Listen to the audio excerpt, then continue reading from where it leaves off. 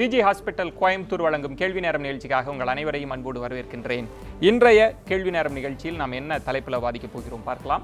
இந்த விவாதத்திற்காக எடுத்துக்கொண்டிருக்கக்கூடிய தலைப்பு என்பது சாதி ஒழிப்பு மாநாடு. திராவிடர் கழகம் முன்னின்று நடத்தக்கூடிய இந்த மாநாட்டினுடைய நோக்கங்கள் குறித்து நம்ம பேச வேண்டியிருக்கிறது. திராவிட மண்ணாக வர்ணிக்கப்படுவது, திராவிட கட்சிகள் கோலோச்சிய மண்ணாக வர்ணிக்கப்படுகிற தமிழகத்தில் சாதியத்தினுடைய தாக்கம் என்னவாக இருக்கிறது?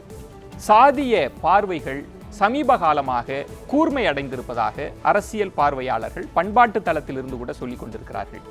இந்த சாதி ஒழிப்பு என்பது சாத்தியமானதா, அல்லது நாம் அனைத்து சாதியினரும் அந்த இருத்தலை உணர்ந்து ஒரு சாதிய நல்லிணக்கத்தை தான் ஏற்படுத்த முடியுமா?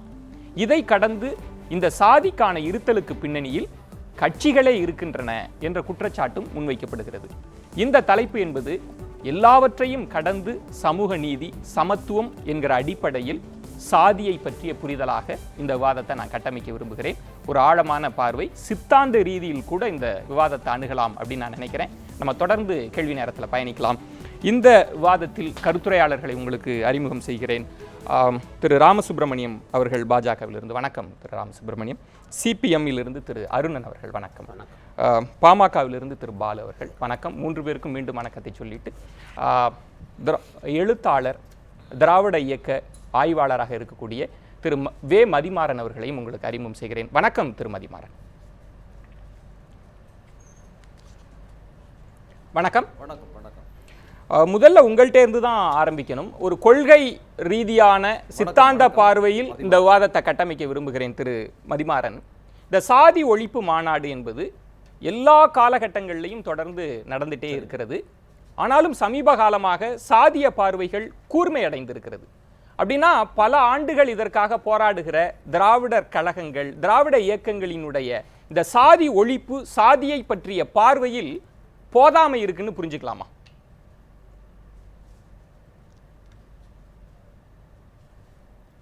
இல்லை, முதல்ல நான் என்னுடைய நன்றியை நான் சொல்கிறேன். ஏன்னா திராவிடர் கழகம் இப்படி ஒரு சாதி ஒழிப்பு மாநாடு நடத்தியதற்கு நீங்கள் இந்த அளவுக்கு அந்த விவாத பொருளாக மாற்றினதுக்கு முதலுடைய நன்றி.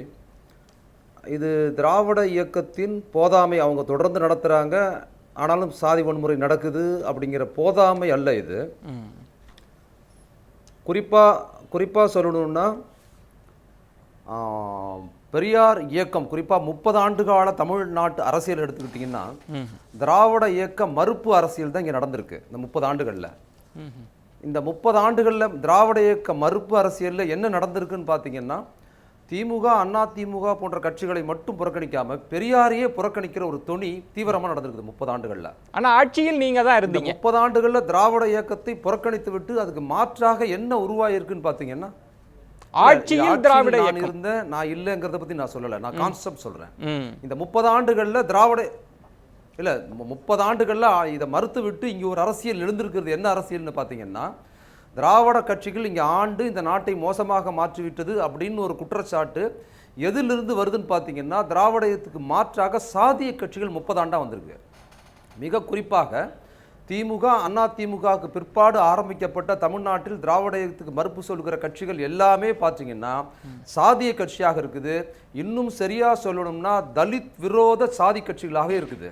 திரு மதிமாறன், என்ன வேடிக்கை அப்படின்னா, ஒரே ஒரு குறுக்கு கேள்வி, கட்சிகள், எந்த ஜாதி கட்சிகள் தலித் மக்கள் மீது கொலைவரி தாக்குதலை நடத்துதோ, ஒரே ஒரு குறுக்கு கேள்வி, இந்த இடைநிலை சாதியிலேயே சாதிய கட்சிகளினுடைய உருவாக்கம் என்பது, ஏன் தலித் கட்சிகளினுடைய தனி இயக்கம் என்பதே திராவிட இயக்கங்கள் அவர்களுக்கான பிரதிநிதித்துவத்தை வழங்கவில்லை அப்படின்ற குற்றச்சாட்டில் இருந்து தானே புதிய இயக்கங்கள் களம் கண்டது. அதை எப்படி நீங்க, அது உங்கள் போதாமையிலிருந்து பிறந்த குழந்தை அல்லவா? இல்ல, அதாவது திராவிட இயக்கம் என்பதை நீங்க தேர்தலில் பங்கு கொள்கிற திமுக, அண்ணா திமுக, இன்னொரு புறத்தில் பெரியார் இயக்கம் எப்படி நீங்க பார்க்கணும். தலித் பெரியார் இந்த 30 ஆண்டுகளில் தலித் விரோத ஜாதி கட்சிகளும் அதற்கு பின்னால் ஆரம்பிக்கப்பட்ட தலித் கட்சிகளும் வந்ததுக்கு பிற்பாடு இவர்கள் 2 பேருமே பெரும்பான்மையாக என்ன செய்ததுன்னு பார்த்தா, பெரியாரோட கான்செப்டை மறுக்கிற தன்மை ரொம்ப அதிகமாகவே இருந்திருக்குது. இதில் ஜாதி கட்சிகள் மறுக்கிறது இயல்பானது. பெரியாரை மறுப்பது, பெரியாருக்கு எதிராக பேசுவது என்பது அவருக்கு செய்கிற மரியாதை.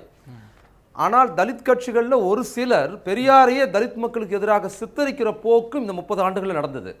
இதில் இன்னொரு பேராபத்து என்ன நடந்ததுன்னா, பெரியார் அல்லது திராவிட இயக்கத்தை புறக்கணித்து விட்டு பெரியாரையே விமர்சனம் பண்ணிட்டு மாறாக தலித் கட்சிகள் யாரோடு 30 ஆண்டுகால தீவிரமா இயங்கினார்னா தலித் விரோத கட்சிகளோடு, மிக ஜாதிவரி கட்சிகளோடு சுமூகமா இருந்தாங்க. இன்னைக்கு நடக்கிற தலித் அட்ராசிட்டிஸ்க்கு திராவிட கட்சிகள் இருக்கிற அதிகாரத்தில் இருக்கிறவங்க மட்டும் பொறுப்பல்ல. இந்த ஜாதி கட்சிகளும் இந்த ஜாதி கட்சிகளை அங்கீகரித்த தலித் இயக்கங்களும் சேர்ந்து தான் பொறுப்பாக வேண்டியிருக்கு. தொடர்ந்து பேசலாம். எழுத்தாளர் காத்திருங்க, நம்ம தொடர்ந்து பேசலாம். இதுவரைக்கும் வராத விஷயம் தலித் அரசு. அருணன், இதுல நீங்க குறிப்பாக ஜாதி ஆணவம் அப்படின்றது தொடர்பாக ஒரு கட்டுரை எழுதுறீங்க. அதுல திராவிட கட்சிகளின் மீது தான், அது அதிமுக திமுகன்னே தான் நான் பொருள் கொள்கிறேன். இவர்களுக்கு பார்வை என்பதுல பிற்படுத்தப்பட்ட சாதியினரை பற்றிய புரிதல் இருக்கிறது, ஆனால் தலித்துக்கு எதிரான மனோநிலை இருக்குதுன்னு நீங்க ஒரு கட்டுரையை எழுதியிருக்கிறீர்கள். ஆனால் மதிமாறன் சொல்வது நீங்க புறக்கணிச்சதுனால தான் தலித்துகள் அழுத்தப்படுகிறார்கள் என்ற பார்வையை முன்வைக்கிறார். அதாவது நான் அந்த கட்டுரையில் திராவிட கட்சிகள்ங்கிற வார்த்தையை பயன்படுத்தியிருக்கவே மாட்டேன். திமுக அதிமுக என்று இரண்டு பெயர் சொல்லியே குறிப்பிட்டு ஆண்ட கட்சி ஆளும் கட்சி என்கிற அடிப்படையில் தான் அந்த ரெண்டு கட்சிகளை தான் நான் குறிப்பிடுறேன். இதுல நான் ஒரு கிளாரிட்டிக்காக சொல்லிடுறேன். ஏன்னா இது கடைசி கட்டத்திலே நம்ம விவாதிக்கலாம். இதற்காக இப்ப திராவிடர் கழகம் அந்த மாநாட்டிலேயே இந்த சாதி ஒழிப்பு இதெல்லாம் நிறைவேற வேண்டும் என்றால் திமுக ஆட்சிக்கு வரணும், திரு கருணாநிதி முதலமைச்சரா வரணும்னு சொல்லி தான் அவங்க ஆரம்பிக்கிறாங்க. அதனால திராவிடர் கழகம் திமுக அப்படின்றதெல்லாம் நான் பிரிச்செல்லாம் நம்ம பேச வேண்டியது இல்லைன்னு நினைக்கிறேன். உங்கள் குற்றச்சாட்டு திராவிடர் கழகத்தின் மீதானதாகவும் தான் பார்க்க வேண்டும். இல்லை நான் அப்படி பார்க்கல, நான் அதை பிரிச்சே பார்க்குறேன். திராவிடர் கழகத்தினுடைய இந்த தேர்தலுக்கான முடிவை நான் ஏற்கவில்லை. அவங்க திமுகவுக்கு தான் வாக்களிக்கணும் என்கிற ஒரு நிலைப்பாட்டை தான் ஏற்கனவே எடுத்திருக்காங்க. இந்த மாநாட்டில் கூட அப்படி ஒரு தீர்மானம் இன்னைக்கு போட்டிருக்கிறதாக நான் செய்தி பார்த்தேன் தொலைக்காட்சியில். அந்த நிலைப்பாட்டை நான் அங்கீகரிக்கலை. ஆனால் அதே நேரத்தில் திராவிடர் கழகத்துக்கும் திராவிட முன்னேற்ற கழகத்துக்கும் வேறுபாடு உண்டு, திராவிடர் கழகத்துக்கும் அண்ணா திராவிட முன்னேற்ற கழகத்துக்கும் வேறுபாடு உண்டு என்று நான் பார்க்கிறேன். நான் இன்னும் சொல்லணும்னா திமுகவுக்கும் அதிமுகவுக்குமே வேறுபாடு உண்டுன்னு சொல்றாங்க. அது அடிப்படையில் வேறுபாடு இல்லை இந்த விஷயத்தில் என்பதுதான் என்னுடைய கணிப்பு. அதைத்தான் நான் அந்த கட்டுரையில் குறிப்பிட்டிருப்பேன். இந்த தமிழகத்தை கிட்டத்தட்ட அரை நூற்றாண்டு காலம் ஆண்ட கட்சிகள் திமுகவும் அதிமுகவும். அப்படி இருந்தும் இன்றைக்கு அந்த சாதி ஆணவ கொலைகள் நடக்கின்றனவே, அவற்றுக்கு இந்த கட்சிகள் பொறுப்பு இல்லையா என்றுதான் நான் அந்த கட்டுரையை நான் எழுப்பி இருக்கக்கூடிய சாரம்.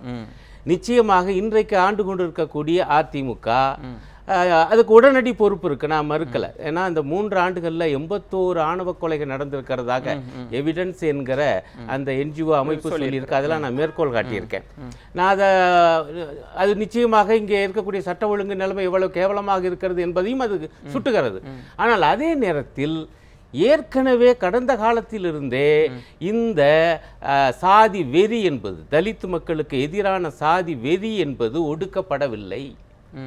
அதை ஒடுக்காததற்கு ஆட்சியில் இருந்த இந்த 2 கட்சிகளுக்கும் அடிப்படை பொறுப்பு உண்டு என்பதுதான் என்னுடைய மதிப்பீடு.